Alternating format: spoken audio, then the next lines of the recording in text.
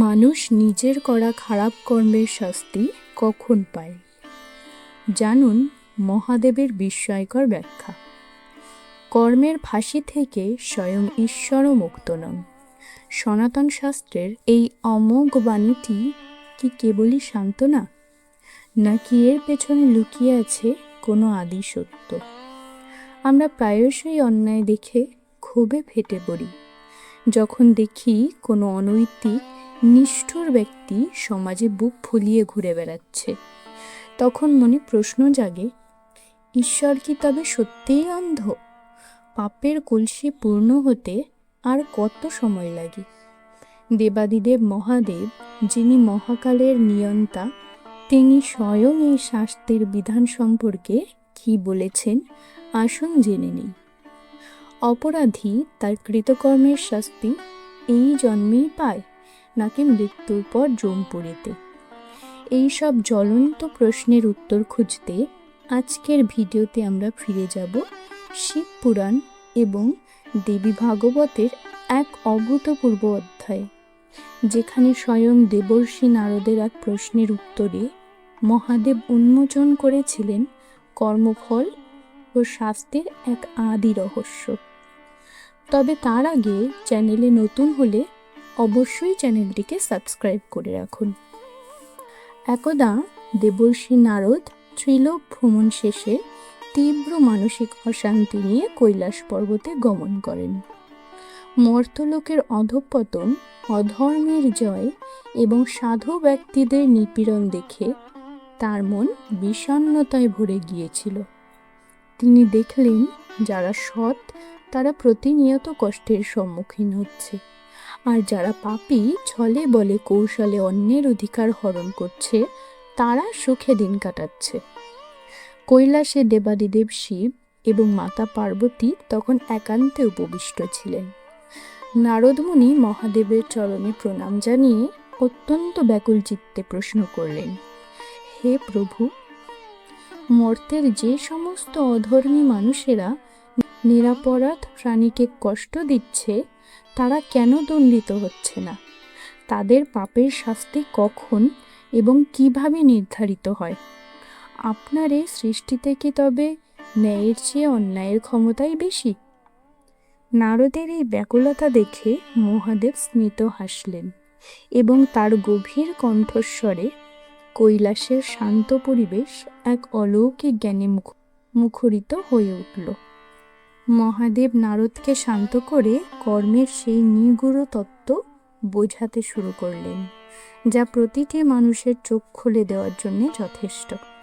মহাদেব বললেন, হে নারদ, সাধারণ মানুষ কেবল বর্তমানটুকুই দেখে, কিন্তু আমি মহাকাল, আমি অতীত, বর্তমান ও ভবিষ্যৎকে একসাথে দেখি।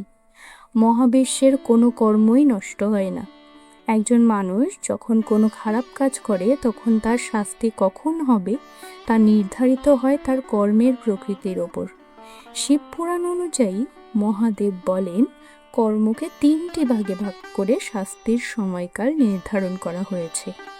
ক্রিয়মান কর্ম অনুযায়ী কিছু পাপের প্রকৃতি এতটাই তীব্র ও নিকৃষ্ট হয় যে প্রকৃতি তার বিচার করতে বিলম্ব করে না।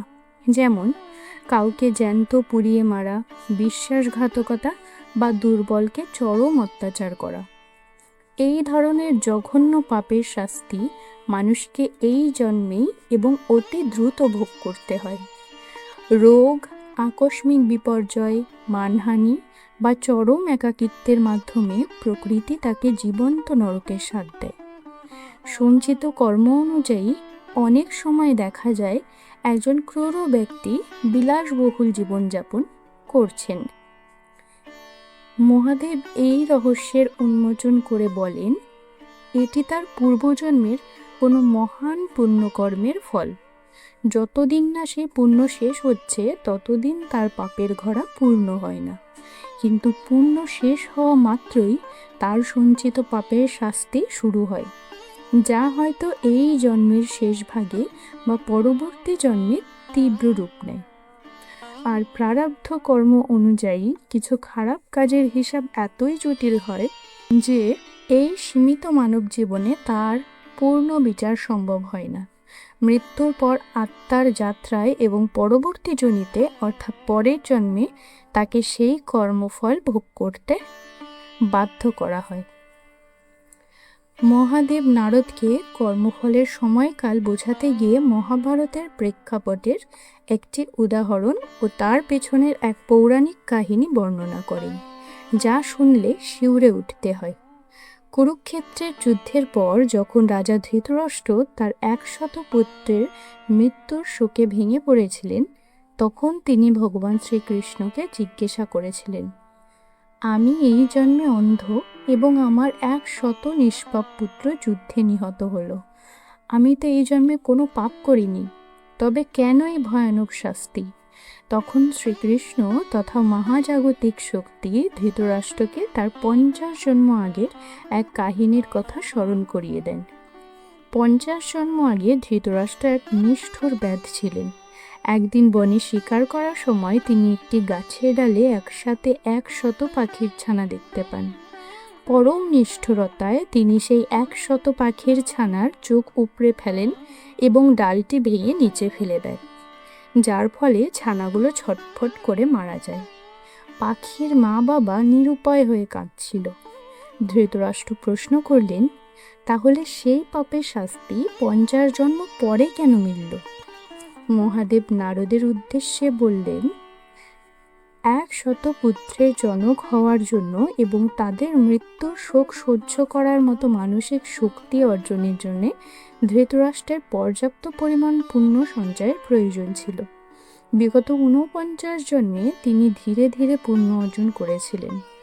যখনই পুণ্য শেষ হলো এবং পাপের কলসি পূর্ণ হলো, অমনি 50তম জন্মে এসে তিনি নিজে অন্ধ হলেন এবং তার 100 পুত্র তার মানুষ চক্ষের সামনে মারা গেল। এই কাহিনী দিয়ে মহাদেব বোঝালেন যে শাস্তি পেতে দেরি হওয়ার অর্থ এই নয় যে অপরাধী পার পেয়ে গেছে। এর অর্থ হলো তার শাস্তির তীব্রতা আরও ভয়ানক রূপ নিচ্ছে। মহাদেব পার্বতীকে উদ্দেশ্য করে বলেন, দেবী, মানুষ যখন পাপ করে তখন সে মনে করে কেউ তাকে দেখছে না, কিন্তু পঞ্চভূত অর্থাৎ মাটি, জল, অগ্নি, বায়ু, আকাশ আর চন্দ্র, সূর্য এবং মানুষের নিজের বিবেক, এই সমস্ত কিছু তার কর্মের সাক্ষী। খারাপ কাজ করার পর একজন মানুষ কখন শাস্তি পাবে তার 3টি প্রধান লক্ষণ মহাদেব উল্লেখ করেছেন। যখন কোনো পাপী মনে করতে শুরু করে যে সেই সর্বশক্তিমান এবং আইন বা ঈশ্বর তাকে ছুঁতে পারবে না, তখন বুঝতে হবে তার শাস্তির সময় ঘনিয়ে এসেছে। রাবণ, হিরণ্যকশিপু বা কংস সবার অন্তিম পরিণতি এর প্রমাণ। বাহ্যিক শাস্তির আগেই প্রকৃতি মানুষের মনের ভেতর শাস্তি শুরু করে। মহাদেব বলেন, কুখ্যাত অপরাধীরা রাতে শান্তিতে ঘুমোতে পারে না। এক অজানা ভয়, পরশ্রী কাতরতা এবং মানসিক অশান্তি তাদের কুড়ে কুড়ে খায়। এটিই হলো শাস্তির প্রথম ধাপ। অনেক সময় পাপী ব্যক্তির কর্মের ফল তার প্রিয়জন বা বংশের উপর এসে পড়ে। নিজের চোখের সামনে নিজের সাম্রাজ্য বা পরিবারকে ধ্বংস দেখা মৃত্যুর চেয়েও কঠিন শাস্তি। কাহিনী ও তত্ত্বের গভীরে গিয়ে দেবর্ষি নারদের মনের সমস্ত সংশয় দূর হলো। তিনি বুঝতে পারলেন মহাদেবের দরবারে অবিচার বলে কিছু নেই। মহাদেব তার বক্তব্যের শেষে এক পরম সত্য উচ্চারণ করলেন, হে নারদ, নদী যেমন তার গতিপথ পরিবর্তন করলেও সমুদ্রে গিয়ে মিশতে বাধ্য, তেমনি মানুষের কর্ম মহাবিশ্ব ঘুরে একদিন তার কাছেই ফিরে আসে। কেউ আজ খারাপ কাজ করে পার পেয়ে যাচ্ছে দেখে ঈর্ষান্বিত বা হতাশ হয়েও না।